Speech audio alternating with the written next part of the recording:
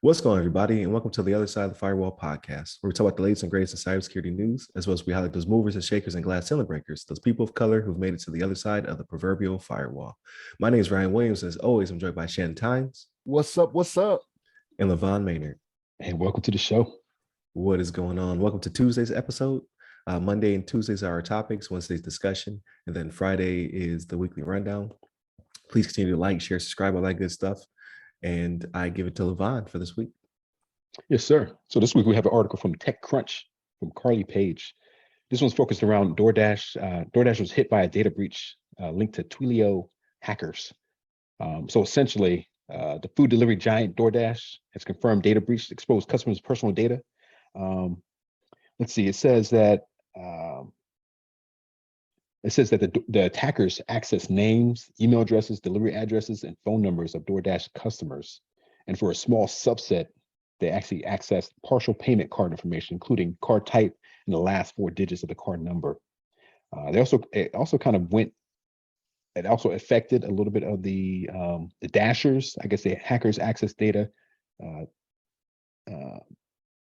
The primarily included name and phone numbers or email addresses for the dashers.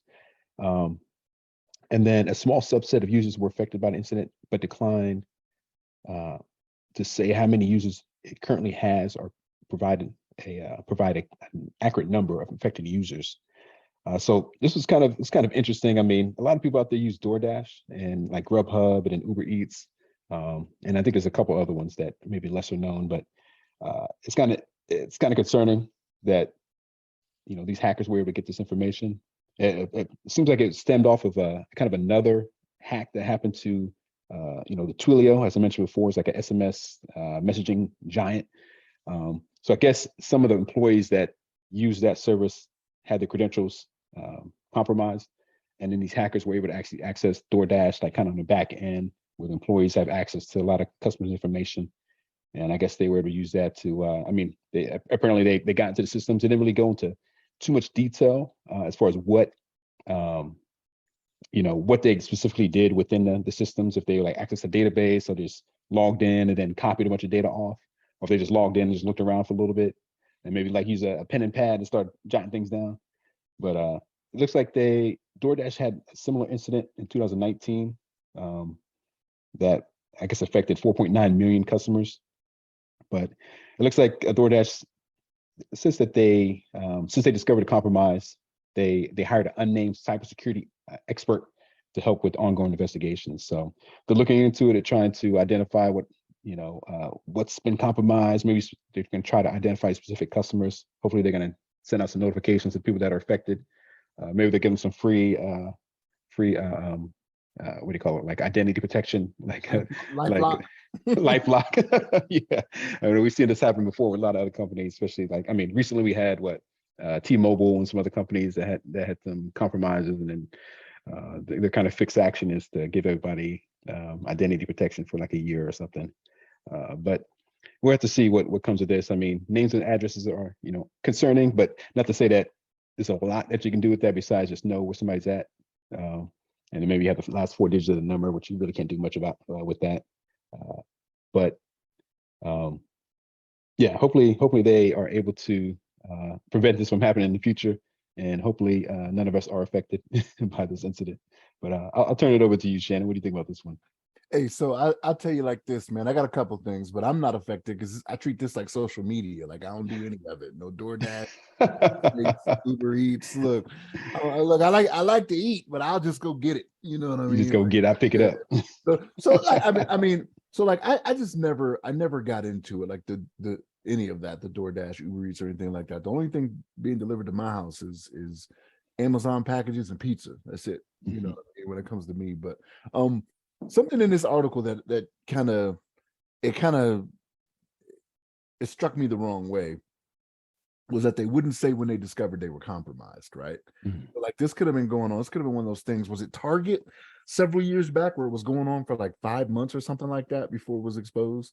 Like there was a Target one with their card readers, and it was like several months before it was like, hey, yeah, we've been hacked. It's been going on for this amount of time. Like, this should be one of those things that's mandatory. And I don't want to get too far off this article or anything like that, but for them to say, yeah, we're not going to tell you when it happened, just know that you know that you possibly been compromised. I got a little bit of a problem with that, but yeah, the fact that they're hiring on somebody for the investigation now, like, why was this person not on the payroll to begin with, right? A cybersecurity expert. If you had to bring somebody in, that means you don't have the expertise in house, right? So I kind of call BS when you say that you already have robust security systems. Well, then you wouldn't need this unnamed cybersecurity expert, as is referenced in the article, right? So yeah, it's a little disheartening, right? And here's the thing, man. Like, the address is getting out there. Like, I have a little bit of a problem with that because people are crazy now, man. Like, they just out there doing crazy stuff, you know. People getting swatted for different things and stuff like that. Like, it could be dangerous, you know what I mean? So I don't want somebody thinking it's funny to have, you know, to have somebody come to my house and swat me and read about it on the news or something like that, because it could just have a dangerous outcome, you know what I mean? Some people think some things are funny, they just aren't funny out there, you know what I'm saying? So yeah, DoorDash, I mean, you got to do better, right? Like, I don't want to put you in the, even though they are my provider, I don't want to put you in the same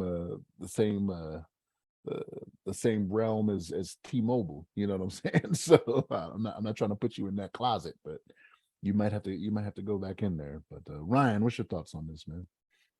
No, I agree. It is pretty dangerous. So my thing about it is the information on the drivers, right? It's supposed to be kind of anonymous, right?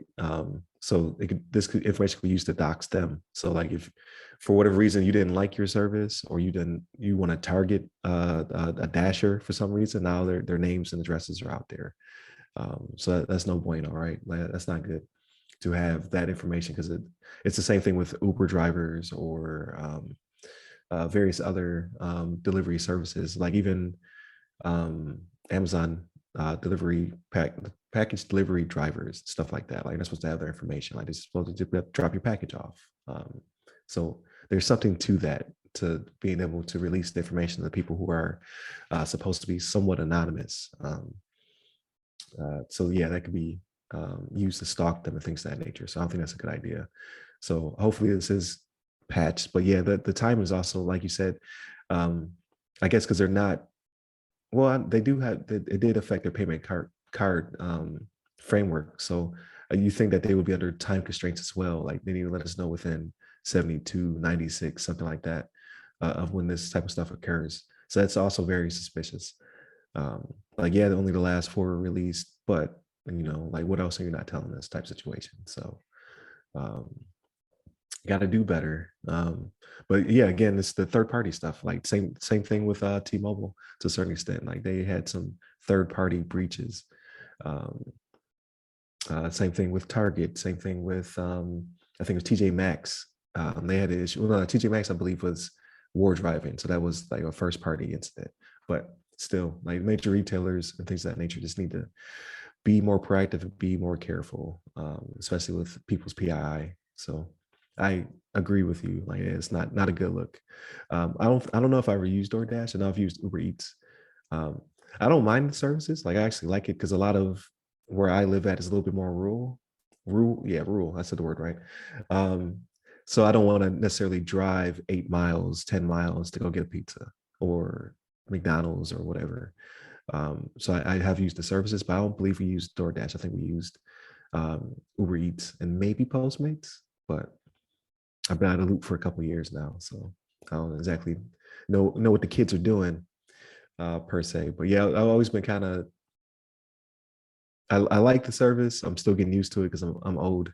But I mean, we did it with pizza forever, right? So what's the difference, right? But yeah, they need to fix their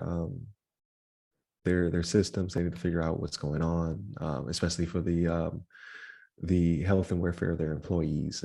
And from my perspective, right? Because you don't want their personal information out there for anybody to have, because it can be a setup, right? Like, you try to DoorDash, I don't know, Scott or Jill, make sure they deliver you whatever the thing is, so you can beat them up, or, you know, whatever nefarious thing you want to do. So definitely not comfortable with that. So So to address something you said though, when you were saying what's the difference, so like for me, right, the reason I haven't done it is because it's people that you don't know that just go to a restaurant and pick the stuff up and Right. take it out, right? When it comes to pizza, they are employees of the place, so like the managers and the other employees see them all the time, to where if you Yeah, think that's true. something's off with them, like you just can them. You know what I mean? Like I can't tell Yeah. you how many times I've been somewhere and it's just, hey, DoorDash for so and so. Somebody just walks in, shows the phone, and says whatever, and then just walks out. Like, Yeah. you know them. Well, the restaurant knows them less, right? But I guess you probably couldn't sue the restaurant if somebody from DoorDash did something, right? Like you'd have to go No. through DoorDash for not vetting properly, I guess. But that's where I see the difference as, is that the pizza employee is an employee of that place where people have eyes on them all the time, Mm. not necessarily. I can see that. Yeah, I can see that. And But plus, I'm old and crotchety, right? Like, back in my day, I walked 15 miles to school. You know, right. That is very true. That is a good like eye-opening type situation that you just described. But it's the future, right? Like unfortunately, like if you want your groceries, they're delivered by somebody you don't know. If you want food now, it's usually delivered by somebody you don't know. Packages, like there's a lot of third-party contractual workers that do these things now. So I mean, what are you gonna do? yeah, you're right. Especially drive 10 miles to get that pizza. Especially during the holiday season, right? When it comes to package delivery places, they're just hiring people real fast. Yeah, for the surge or whatever. But no, good point. But I'll cut off here for this episode. Please tune in to Monday's episode where we talked about the Gmail hack, and then Wednesday, tune in for that one for our discussion about the big Twitter commotion that's currently happening. So, and then Fridays, everything else. Hit up all our websites to go by our name. Give me a personally. I'm at RY Security Guy. That's RY Security Guy. I'm on LinkedIn, Twitter, TikTok, and Clubhouse. And you, LeVon? Sorry about that. Yes, sir. You can hit me up on the Twitters at LeVon Maynard. There it is. Stay safe. Stay secure. Take care.